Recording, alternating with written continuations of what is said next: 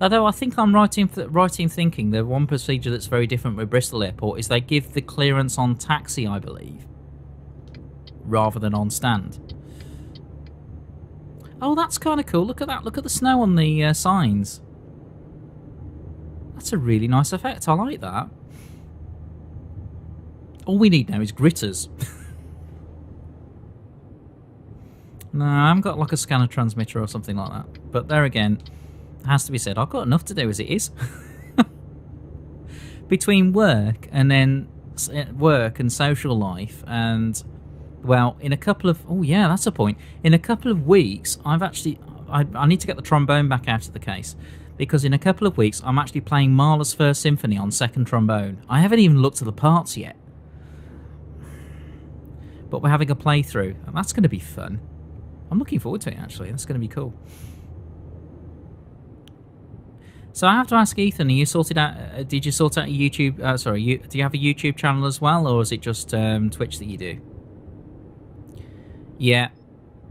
BB is at stand. That's right. Yeah, Birmingham will be at stand. Most airports, I think, are at stand. Bristol is the only one I know of where it's clearance on taxi.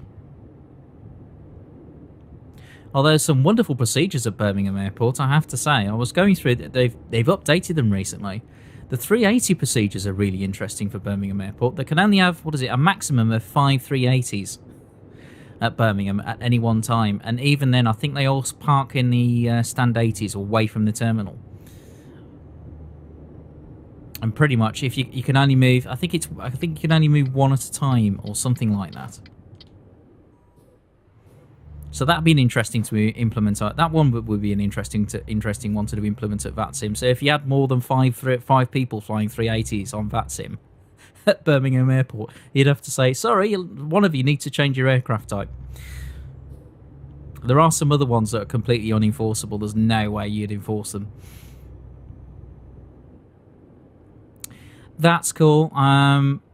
That's cool. It's good to see you, Ethan. I'm trying to work out when I'm streaming next. The best thing to do, follow me on Twitter. That's probably the best advice. It's either going to be, I'll tell you now, it's either going to be Friday night, but it'll definitely be Sunday night. Definitely. But take care, Ethan, and I'll see you soon. Nice chap.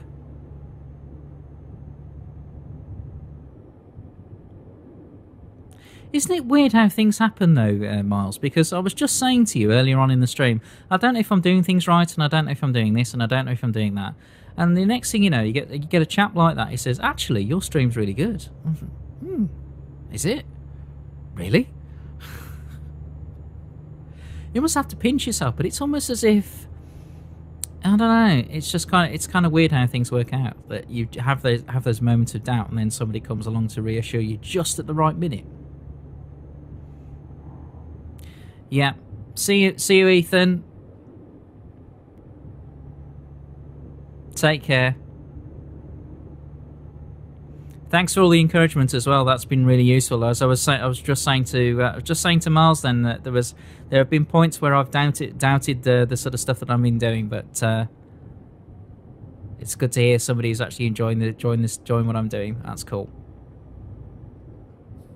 I mean, I don't know what you guys believe, but, whether you believe in fate or you believe in destiny or you believe in, whether you actually believe in a deity or whatever, but it just seems to be strange how things work out in life.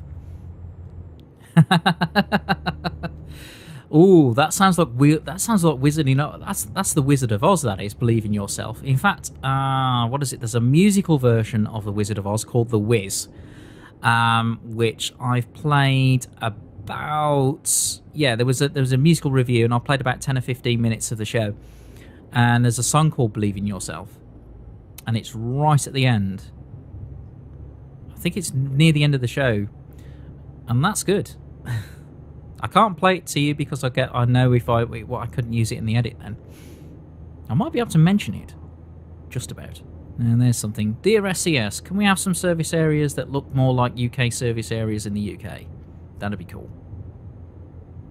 Mind you, speaking of service areas, have you heard in the news about the fact there's actually a pub at a service area?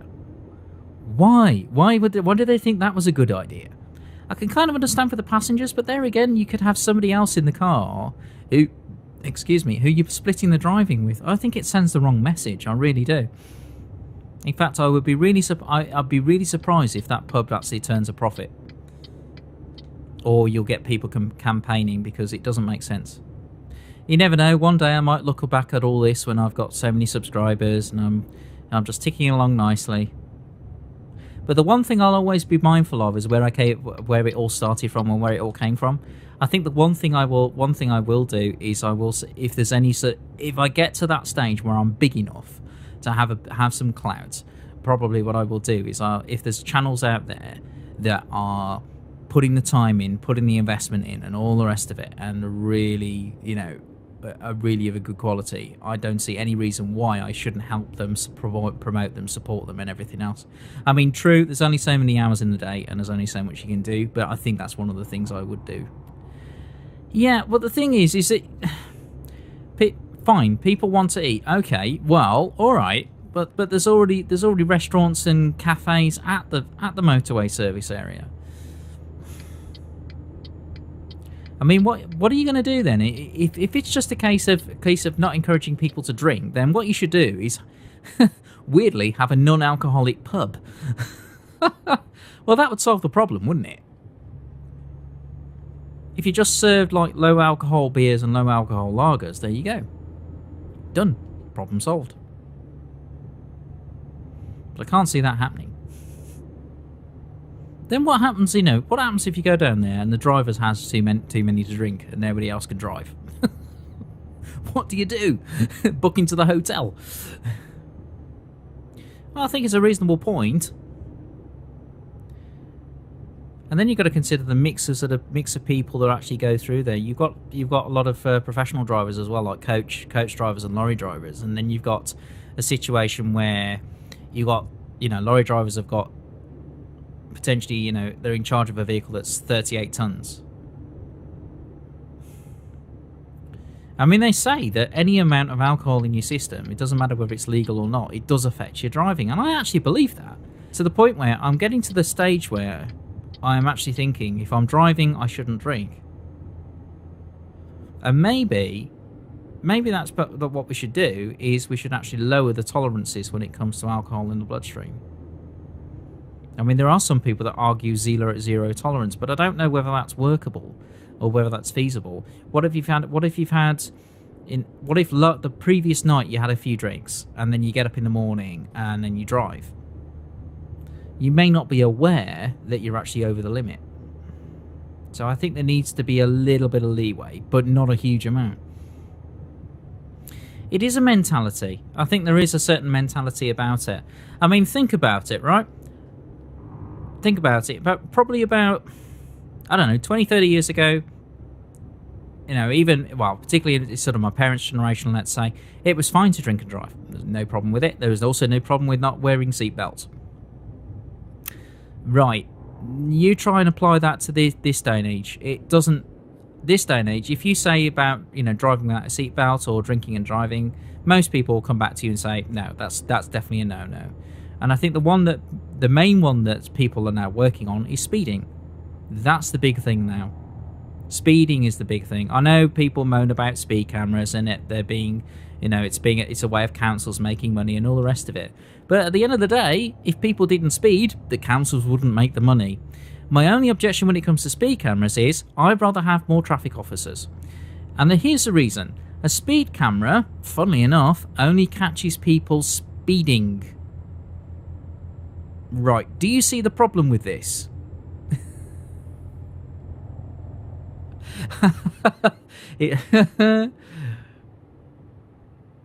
Cool. See, it feels like you're a passenger in the truck. I like it. Yeah, because the problem with that is if speed cameras just catch people for speeding, okay, what if your lights are faulty? What about if you're driving on the wrong side of the road? What if your number plate is hanging off, or there's something wrong with the car, or the tyres are below minimum tread? Is your speed camera going to pick that up? No. Right, okay. A traffic officer, however, would. A traffic officer would be well within their rights if they pull somebody over for speeding to take a look at the car and go, right, your tyres are illegal. There's 3 points, 3 or 6 points on your license or whatever, and they'd be well within their rights to take a look at the car. Also, you could end up stopping other people, stopping people from other offences as well. This is the thing. I'd rather see more traffic officers on the road. Period. Get rid of the speed cameras, put more traffic officers on the road. I would much rather be stopped by a traffic officer and have a traffic officer talk to me than a speed camera. Because a speed camera is just, you're speeding. Okay. Well, at least with a traffic officer, you can reason with a traffic officer. You can't reason with a speed camera. No, it doesn't catch any other crimes or any other offences. Doesn't. And yet the thing is that there are some criminals in the past who have done some pretty major things, and they were caught by a traffic officer. Not by a regular Bobby on the beat. No, traffic officer. For whatever reason. So there you go. Dear government. Dear Home Secretary. I think it's Theresa May, isn't it? Please can we have more traffic officers and get rid of the speed cameras? And then the money that you save from maintaining all these speed cameras, you can put more traffic officers on the road. Because they'll catch all the other crimes and all the other offences. And they'll actually do a better job. I wholeheartedly believe that. Not saying speed cameras are a bad thing. And I know the reason why certain speed cameras are in certain areas. I will admit, I did. Oh, yeah, I did. Basically, I did a speed awareness course. This was a while back. I did do a speed awareness course, and one of the things they did tell you is that if you see a speed camera on the side of the road, then it's due to a certain number of deaths or accidents that have happened on that stretch of road. So it's a good reminder that that's what's happened on that stretch of road, and it does make you drive differently. Clearly I've amused Miles, I'm not sure why, but there you go.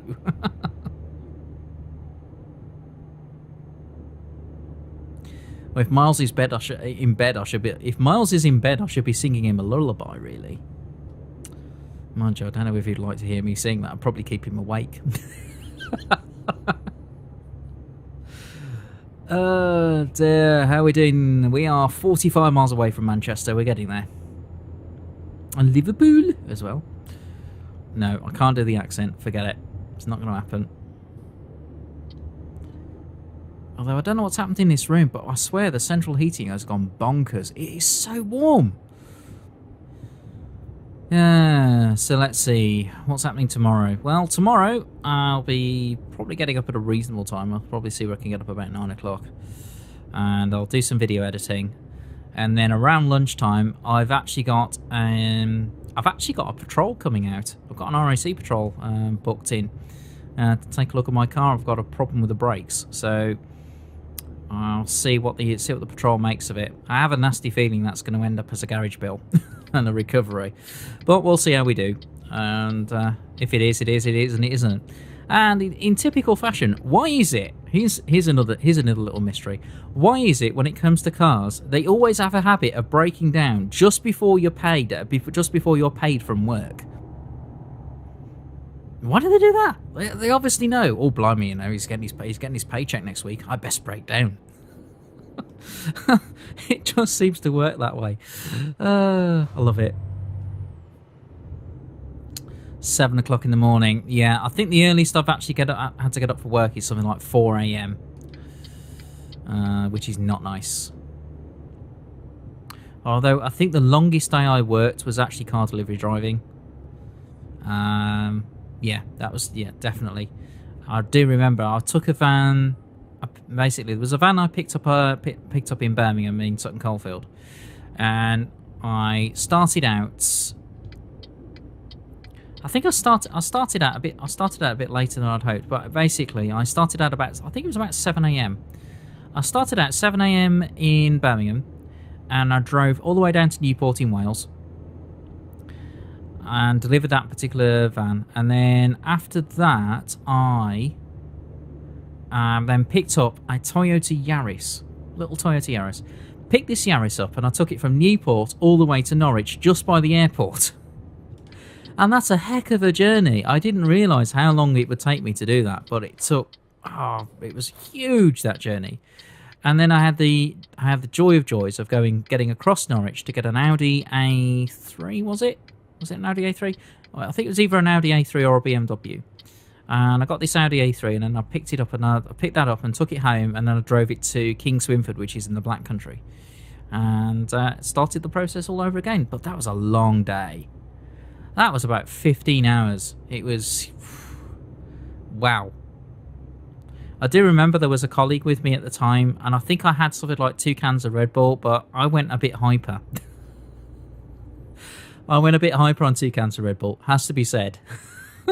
Apparently, I ended up singing the entire Bohemian Rhapsody, including all the instrumentals and solos. Don't worry, I won't inflict that on you. How good is your Twitch recorder thingy? Well, actually, that's through OBS. So OBS has been doing that. So all my videos have been in 720, but because I've now streaming in 1080, there should be better quality. The interesting thing with OBS is the quality of the video seems to be dependent on the bitrate that you set. So if you set a low bitrate, yeah, the video is not going to look great. But for my mainstream content, that's I use a program called Morellis Action, and as I said, I've discovered that I can actually do 1080 on AVI using an AMD processor, which is great. In order to do 1080 as MP4, I would need an Intel processor, but by all accounts, the where am I? I lost my thread. Yeah, that's it. With the Intel processor, by all accounts, it does seem that from all the blurb, it's probably better for processing video editing. So potentially, when I upgrade my system, I'm still going for a 4770K. But graphics card wise, I don't know what to do. I really don't know what to do. Okay, here we are. We are in Manchester.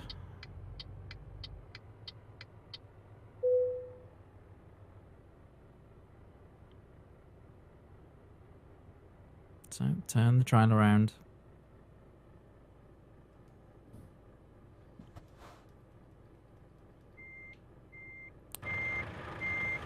Right, now we have the fun of backing in. From this angle. Okay, so I'm going to have to start probably like that.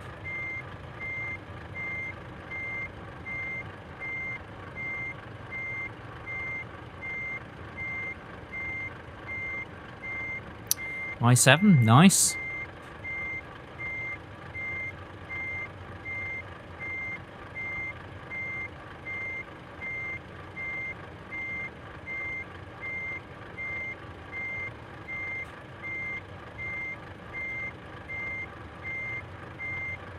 I've got a fair bit of room to manoeuvre, actually. At the moment.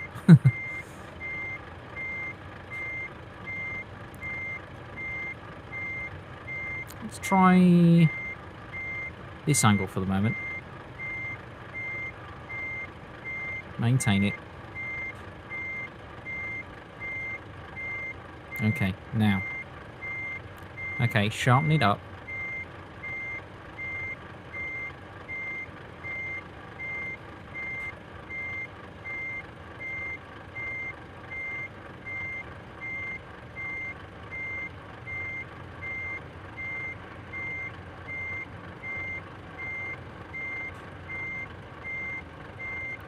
Trailer's looking pretty nice, and I'm not sure about the truck.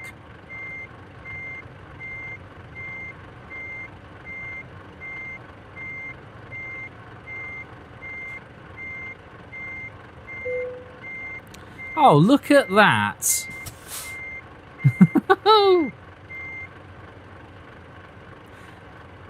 Right, I know the truck is a bit... Well, the truck's at an angle, but...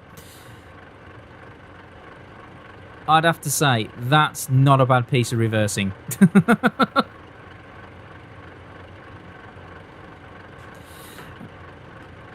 Yeah, I was just thinking that. Okay, we got an excellent. Blimey, that's really good. 3 excellents on stream. My goodness. Right, so at this point, I think it is end of stream, I'm afraid.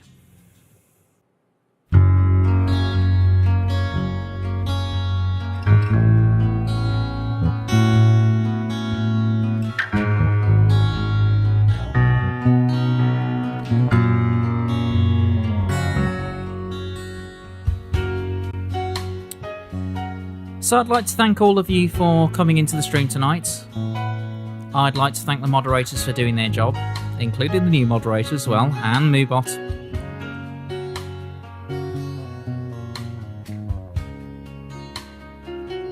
Most of all, I'd like to thank you for watching and taking part. So until next time, take care and enjoy your gaming. This is T-Bone logging off.